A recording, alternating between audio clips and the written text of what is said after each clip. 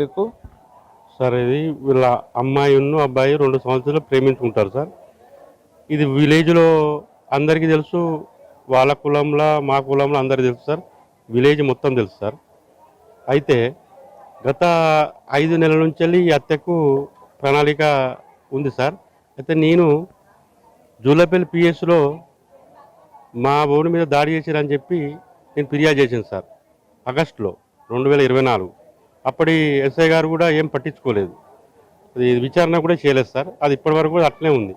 తర్వాత వచ్చేసి నిన్న 1 గంట నుంచెల్లే నాకు కొంచెం ఇన్ఫర్మేషన్ ఉంది.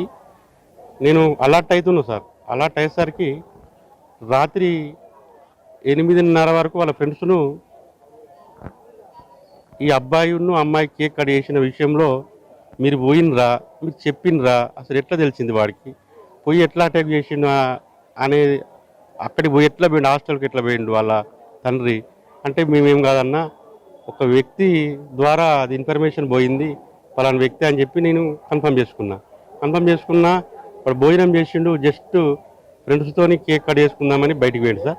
బయటికి పోయినాక మా తమ్ముడు వాళ్ళ ఫ్రెండ్స్ ఇంకొక 6-7 ఉన్నారు సార్. ఆ టైంలో నేను ఒక నిమిషంలో పోయేసరికి తమ్ముడును వాళ్ళందరూ పోయేసరికి అక్కడ గుడ్డలు పెట్టి సాయిని మీకు అంటే గొడ్డలతో నరుకుతున్నారని చెప్పి ఎవరన్నా ఫోన్ చేసి చేశారు సార్. చేశారు. వాళ్ళ ఫ్రెండ్ అనసికని నాకు అభిషేక్ వాళ్ళందరూ వచ్చి నన్ను ఇమీడియట్లీ జస్ట్ ఒక 1 మినిట్లో తీసుకొని పోయారు సార్.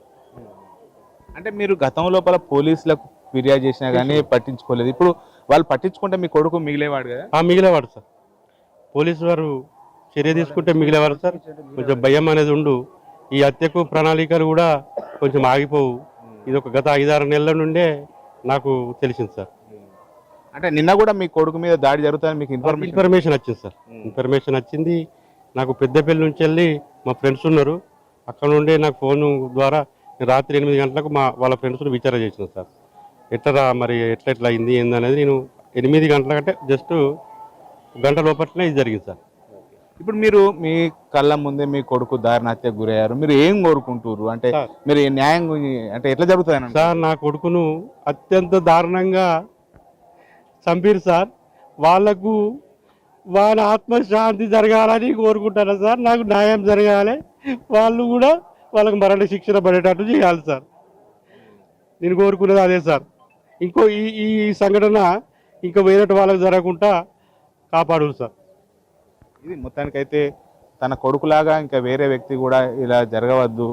ఎందుకంటే గతం లోపల కూడా పోలీసులకు చాలాసార్లు ఫిర్యాదు చేశాను, వాళ్ళు పట్టించుకొని కౌన్సిలింగ్ ఇస్తే తన కొడుకు ఇలా బ్రతికేవాడు. తన కొడుకు అంటే చనిపోవడంతో అయితే కన్నీరు మున్నీరుగా విలపిస్తున్నటువంటి